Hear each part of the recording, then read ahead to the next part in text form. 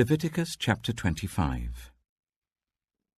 The Lord said to Moses at Mount Sinai, "Speak to the Israelites and say to them, when you enter the land I am going to give you, the land itself must observe a Sabbath to the Lord.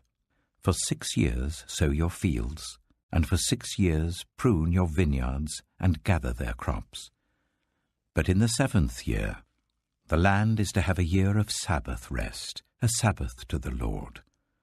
Do not sow your fields or prune your vineyards. Do not reap what grows of itself, or harvest the grapes of your untended vines. The land is to have a year of rest. Whatever the land yields during the Sabbath year will be food for you, for yourself, your male and female servants, and the hired worker and the temporary resident who live among you, as well as for your livestock and the wild animals in your land. Whatever the land produces may be eaten. Count 7 Sabbath years, 7 times 7 years, so that the 7 Sabbath years amount to a period of 49 years. Then sound the trumpet everywhere on the 10th day of the 7th month. On the Day of Atonement sound the trumpet throughout your land. Consecrate the 50th year and proclaim liberty throughout the land to all its inhabitants. It shall be a jubilee for you. Each of you is to return to your family property and to your own clan. The 50th year shall be a jubilee for you. Do not sow and do not reap what grows of itself, or harvest the untended vines, for it is a jubilee and is to be holy for you. Eat only what is taken directly from the fields. In this year of jubilee, everyone is to return to their own property. If you sell land to any of your own people or buy land from them, do not take advantage of each other. You are to buy from your own people on the basis of the number of years since the Jubilee, and they are to sell to you on the basis of the number of years left for harvesting crops. When the years are many, you are to increase the price, and when the years are few, you are to decrease the price, because what is really being sold to you is the number of crops. Do not take advantage of each other, but fear your God. I am the Lord your God. Follow my decrees and be careful to obey my laws, and you will live safely in the land. Then the land will yield its fruit, and you will eat your fill and live there in safety. You may ask, what will we eat in the 7th year if we do not plant or harvest our crops? I will send you such a blessing in the 6th year that the land will yield enough for 3 years. While you plant during the 8th year, you will eat from the old crop and will continue to eat from it until the harvest of the 9th year comes in. The land must not be sold permanently because the land is mine, and you reside in my land as foreigners and strangers. Throughout the land that you hold as a possession, you must provide for the redemption of the land. If one of your fellow Israelites becomes poor and sells some of their property, their nearest relative is to come and redeem what they have sold. If, however, there is no one to redeem it for them, but later on they prosper and acquire sufficient means to redeem it themselves, they are to determine the value for the years since they sold it and refund the balance to the one to whom they sold it. They can then go back to their own property. But if they do not acquire the means to repay, what was sold will remain in the possession of the buyer until the year of Jubilee. It will be returned in the Jubilee, and they can go back to their property. Anyone who sells a house in a walled city retains the right of redemption a full year after its sale. During that time, the seller may redeem it. If it is not redeemed before a full year has passed, the house in the walled city shall belong permanently to the buyer and the buyer's descendants. It is not to be returned in the Jubilee. But houses in villages without walls round them are to be considered as belonging to the open country. They can be redeemed, and they are to be returned in the Jubilee. The Levites always have the right to redeem their houses in the Levitical towns which they possess. So the property of the Levites is redeemable, that is, a house sold in any town they hold, and is to be returned in the Jubilee, because the houses in the towns of the Levites are their property among the Israelites. But the pasture land belonging to their towns must not be sold. It is their permanent possession. If any of your fellow Israelites become poor and are unable to support themselves among you, help them as you would a foreigner and stranger, so that they can continue to live among you. Do not take interest or any profit from them, but fear your God, so that they may continue to live among you. You must not lend them money at interest or sell them food at a profit. I am the Lord your God, who brought you out of Egypt to give you the land of Canaan, and to be your God. If any of your fellow Israelites become poor and sell themselves to you, do not make them work as slaves. They are to be treated as hired workers or temporary residents among you. They are to work for you until the year of Jubilee. Then they and their children are to be released, and they will go back to their own clans and to the property of their ancestors. Because the Israelites are my servants, whom I brought out of Egypt, they must not be sold as slaves. Do not rule over them ruthlessly, but fear your God. Your male and female slaves are to come from the nations around you. From them you may buy slaves. You may also buy some of the temporary residents living among you, and members of their clans born in your country, and they will become your property. You can bequeath them to your children as inherited property, and can make them slaves for life.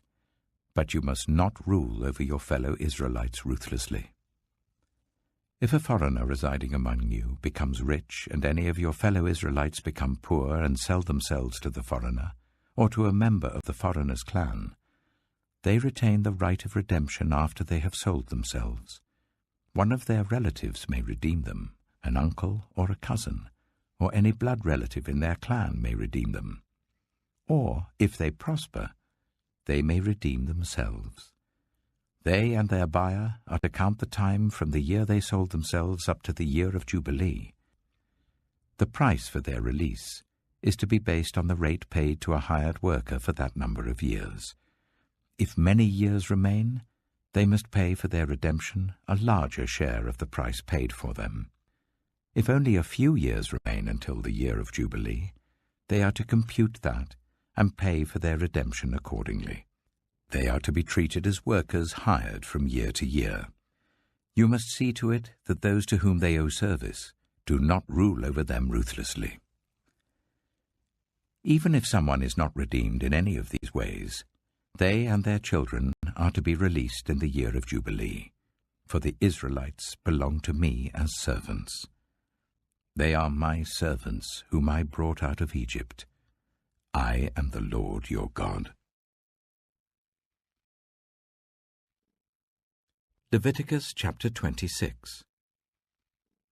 Do not make idols, or set up an image, or a sacred stone for yourselves. And do not place a carved stone in your land to bow down before it. I am the Lord your God. Observe my Sabbaths and have reverence for my sanctuary. I am the Lord. If you follow my decrees and are careful to obey my commands, I will send you rain in its season, and the ground will yield its crops and the trees their fruit.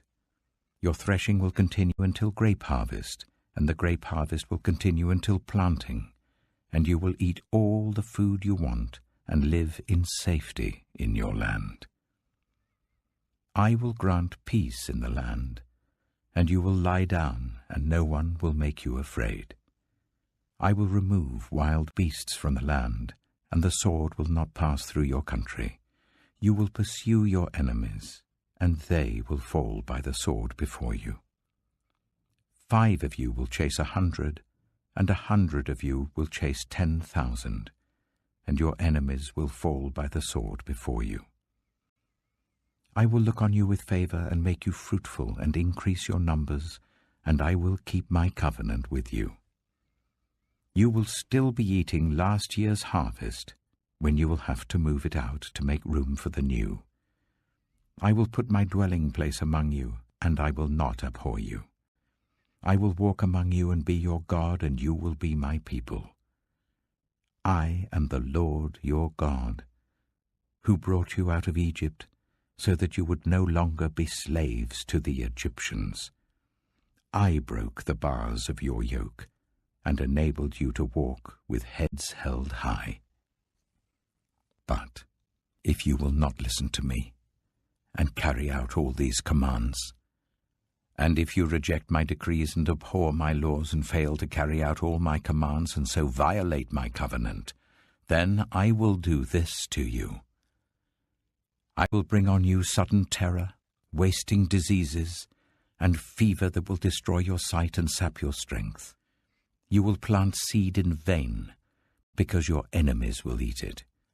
I will set my face against you, so that you will be defeated by your enemies. Those who hate you will rule over you, and you will flee even when no one is pursuing you. If, after all this, you will not listen to me, I will punish you for your sins 7 times over. I will break down your stubborn pride, and make the sky above you like iron, and the ground beneath you like bronze. Your strength will be spent in vain, because your soil will not yield its crops, nor will the trees of your land yield their fruit. If you remain hostile towards me, and refuse to listen to me, I will multiply your afflictions 7 times over, as your sins deserve.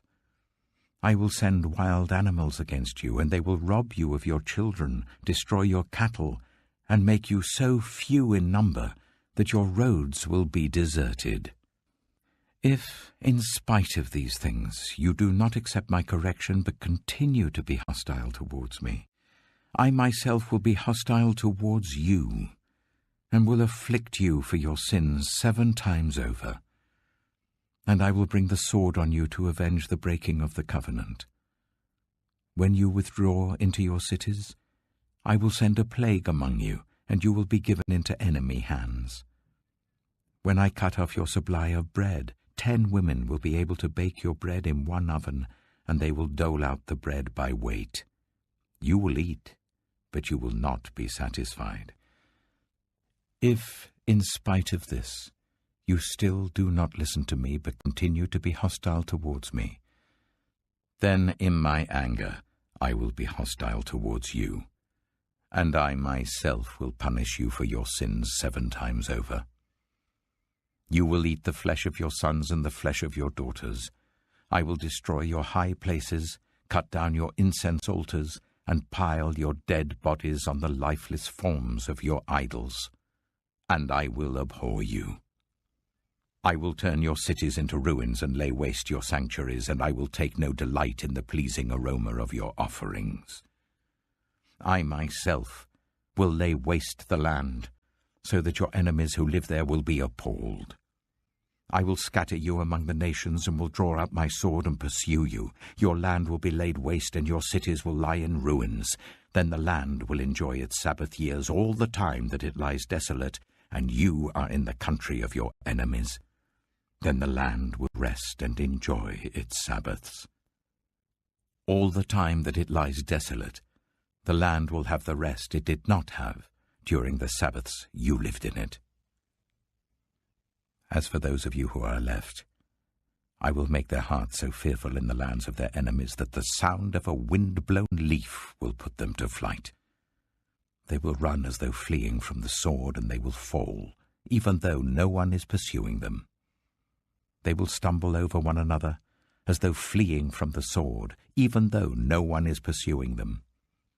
So you will not be able to stand before your enemies. You will perish among the nations. The land of your enemies will devour you. Those of you who are left will waste away in the lands of their enemies because of their sins. Also because of their ancestors' sins, they will waste away. But if they will confess their sins and the sins of their ancestors, their unfaithfulness and their hostility towards me, which made me hostile towards them, so that I sent them into the land of their enemies. Then, when their uncircumcised hearts are humbled, and they pay for their sin, I will remember my covenant with Jacob, and my covenant with Isaac, and my covenant with Abraham, and I will remember the land. For the land will be deserted by them, and will enjoy its Sabbaths while it lies desolate without them. They will pay for their sins because they rejected my laws and abhorred my decrees. Yet, in spite of this, when they are in the land of their enemies, I will not reject them or abhor them, so as to destroy them completely, breaking my covenant with them. I am the Lord their God. But for their sake I will remember the covenant with their ancestors, whom I brought out of Egypt in the sight of the nations to be their God. I am the Lord. These are the decrees, the laws, and the regulations that the Lord established at Mount Sinai between himself and the Israelites through Moses. Leviticus chapter 27.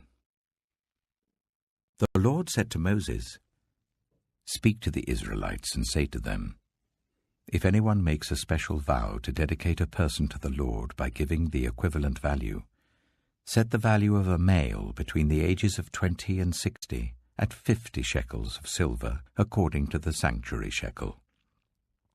For a female, set her value at 30 shekels. For a person between the ages of 5 and 20, set the value of a male at 20 shekels and of a female at 10 shekels. For a person between 1 month and 5 years, set the value of a male at 5 shekels of silver, and that of a female at 3 shekels of silver. For a person 60 years old or more, set the value of a male at 15 shekels, and of a female at 10 shekels. If anyone making the vow is too poor to pay the specified amount, the person being dedicated is to be presented to the priest, who will set the value according to what the one making the vow can afford. If what they vowed is an animal that is acceptable as an offering to the Lord, such an animal given to the Lord becomes holy. They must not exchange it or substitute a good one for a bad one, or a bad one for a good one. If they should substitute one animal for another, both it and the substitute become holy. If what they vowed is a ceremonially unclean animal, one that is not acceptable as an offering to the Lord, the animal must be presented to the priest, who will judge its quality as good or bad. Whatever value the priest then sets, that is what it will be. If the owner wishes to redeem the animal, a fifth must be added to its value. If anyone dedicates their house as something holy to the Lord, the priest will judge its quality as good or bad. Whatever value the priest then sets, so it will remain. If the one who dedicates their house wishes to redeem it, they must add a fifth to its value, and the house will again become theirs. If anyone dedicates to the Lord part of their family land, its value is to be set according to the amount of seed required for it, 50 shekels of silver to a homer of barley seed. If they dedicate a field during the year of Jubilee, the value that has been set remains. But if they dedicate a field after the Jubilee, the priest will determine the value according to the number of years that remain until the next year of Jubilee, and its set value will be reduced. If the one who dedicates the field wishes to redeem it, they must add a fifth to its value, and the field will again become theirs. If, however, they do not redeem the field, or if they have sold it to someone else, it can never be redeemed. When the field is released in the Jubilee, it will become holy, like a field devoted to the Lord. It will become priestly property. If anyone dedicates to the Lord a field they have bought, which is not part of their family land, the priest will determine its value up to the year of Jubilee, and the owner must pay its value on that day as something holy to the Lord. In the year of Jubilee, the field will revert to the person from whom it was bought, the one whose land it was. Every value is to be set according to the sanctuary shekel, 20 gerahs to the shekel. No one, however, may dedicate the firstborn of an animal, since the firstborn already belongs to the Lord. Whether an ox or a sheep, it is the Lord's. If it is one of the unclean animals, it may be bought back at its set value, adding a fifth of the value to it. If it is not redeemed, it is to be sold at its set value. But nothing that a person owns and devotes to the Lord, whether a human being or an animal or family land, may be sold or redeemed. Everything so devoted is most holy to the Lord. No one devoted to destruction may be ransomed. They are to be put to death. A tithe of everything from the land, whether grain from the soil or fruit from the trees, belongs to the Lord. It is holy to the Lord. Whoever would redeem any of their tithe must add a fifth of the value to it. Every tithe of the herd and flock, every 10th animal that passes under the shepherd's rod, will be holy to the Lord. No one may pick out the good from the bad or make any substitution. If anyone does make a substitution, both the animal and its substitute become holy and cannot be redeemed. These are the commands the Lord gave Moses at Mount Sinai for the Israelites.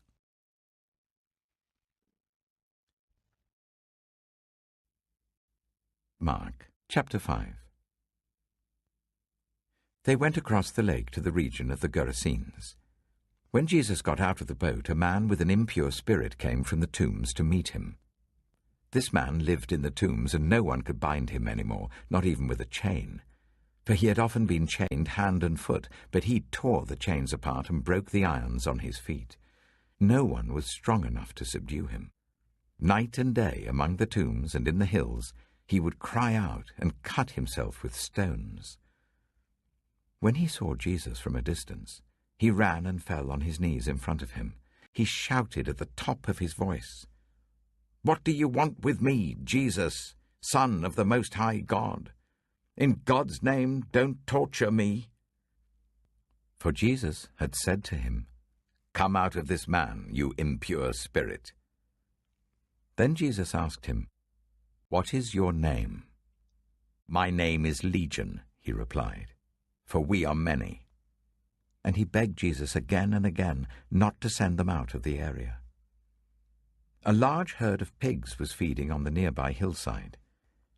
The demons begged Jesus, "Send us among the pigs.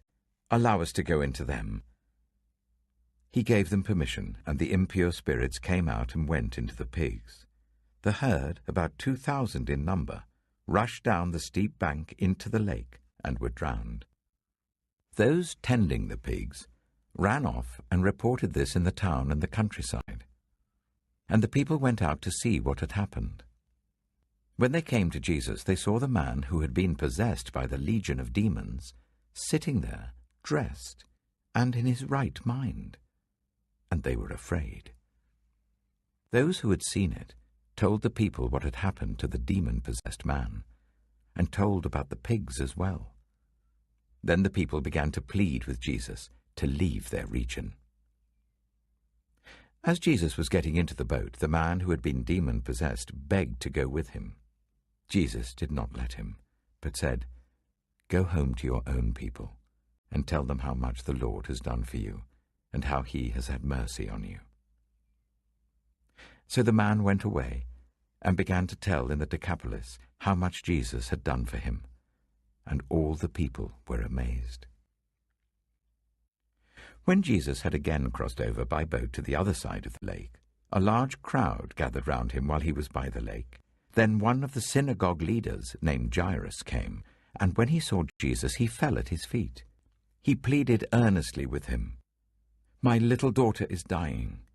Please come and put your hands on her, so that she will be healed and live." So Jesus went with him. A large crowd followed and pressed round him. And a woman was there who had been subject to bleeding for 12 years. She had suffered a great deal under the care of many doctors and had spent all she had. Yet instead of getting better, she grew worse. When she heard about Jesus, she came up behind him in the crowd and touched his cloak, because she thought, if I just touch his clothes, I will be healed. Immediately, her bleeding stopped, and she felt in her body that she was freed from her suffering. At once, Jesus realized that power had gone out from him. He turned round in the crowd and asked, "Who touched my clothes?" "You see the people crowding against you," his disciples answered, "and yet you can ask, 'Who touched me?'" But Jesus kept looking around to see who had done it. Then the woman, knowing what had happened to her, came and fell at his feet, and trembling with fear, told him the whole truth. He said to her, "Daughter, your faith has healed you. Go in peace and be freed from your suffering." While Jesus was still speaking, some people came from the house of Jairus, the synagogue leader. "Your daughter is dead," they said. "Why bother the teacher any more?" Overhearing what they said, Jesus told him, "Don't be afraid. Just believe." He did not let anyone follow him except Peter, James, and John, the brother of James. When they came to the home of the synagogue leader, Jesus saw a commotion with people crying and wailing loudly. He went in and said to them, "Why all this commotion and wailing? The child is not dead, but asleep." But they laughed at him. After he put them all out, he took the child's father and mother and the disciples who were with him, and went in where the child was. He took her by the hand and said to her, "Talitha kum," which means, "Little girl, I say to you, get up." Immediately the girl stood up and began to walk around. She was 12 years old. At this they were completely astonished. He gave strict orders not to let anyone know about this, and told them to give her something to eat. Psalm 46. God is our refuge and strength, an ever-present help in trouble. Therefore we will not fear, though the earth give way, and the mountains fall into the heart of the sea, though its waters roar and foam, and the mountains quake with their surging. There is a river whose streams make glad the city of God, the holy place where the Most High dwells. God is within her. She will not fall. God will help her at break of day. Nations are in uproar, kingdoms fall. He lifts his voice, the earth melts. The Lord Almighty is with us. The God of Jacob is our fortress. Come and see what the Lord has done, the desolations he has brought on the earth. He makes wars cease to the ends of the earth. He breaks the bow and shatters the spear. He burns the shields with fire. He says, "Be still, and know that I am God. I will be exalted among the nations. I will be exalted in the earth." The Lord Almighty is with us. The God of Jacob is our fortress. Proverbs chapter 15. A gentle answer turns away wrath, but a harsh word stirs up anger. The tongue of the wise adorns knowledge, but the mouth of the fool gushes folly. The eyes of the Lord are everywhere, keeping watch on the wicked and the good. The soothing tongue is a tree of life, but a perverse tongue crushes the spirit. A fool spurns a parent's discipline, but whoever heeds correction shows prudence. The house of the righteous contains great treasure, but the income of the wicked brings ruin. The lips of the wise spread knowledge, but the hearts of fools are not upright. The Lord detests the sacrifice of the wicked, but the prayer of the upright pleases him. The Lord detests the way of the wicked, but he loves those who pursue righteousness. Stern discipline awaits anyone who leaves the path. The one who hates correction will die. Death and destruction lie open before the Lord. How much more do human hearts? Mockers resent correction, so they avoid the wise. A happy heart makes the face cheerful, but heartache crushes the spirit. The discerning heart seeks knowledge, but the mouth of a fool feeds on folly. All the days of the oppressed are wretched, but the cheerful heart has a continual feast. Better a little with the fear of the Lord than great wealth with turmoil. Better a dish of vegetables with love than a fattened calf with hatred. A hot-tempered person stirs up conflict, but the one who is patient calms a quarrel. The way of the sluggard is blocked with thorns, but the path of the upright is a highway. A wise son brings joy to his father, but a foolish man despises his mother. Folly brings joy to one who has no sense, but whoever has understanding keeps a straight course. Plans fail for lack of counsel, but with many advisers they succeed. A person finds joy in giving an apt reply, and how good is a timely word. The path of life leads upward for the prudent, to keep them from going down to the realm of the dead. The Lord tears down the house of the proud, but he sets the widow's boundary stones in place. The Lord detests the thoughts of the wicked, but gracious words are pure in his sight. The greedy bring ruin to their households, but the one who hates bribes will live. The heart of the righteous weighs its answers, but the mouth of the wicked gushes evil. The Lord is far from the wicked, but he hears the prayer of the righteous. Light in a messenger's eyes brings joy to the heart, and good news gives health to the bones. Whoever heeds life-giving correction will be at home among the wise. Those who disregard discipline despise themselves, but the one who heeds correction gains understanding. Wisdom's instruction is to fear the Lord, and humility comes before honor.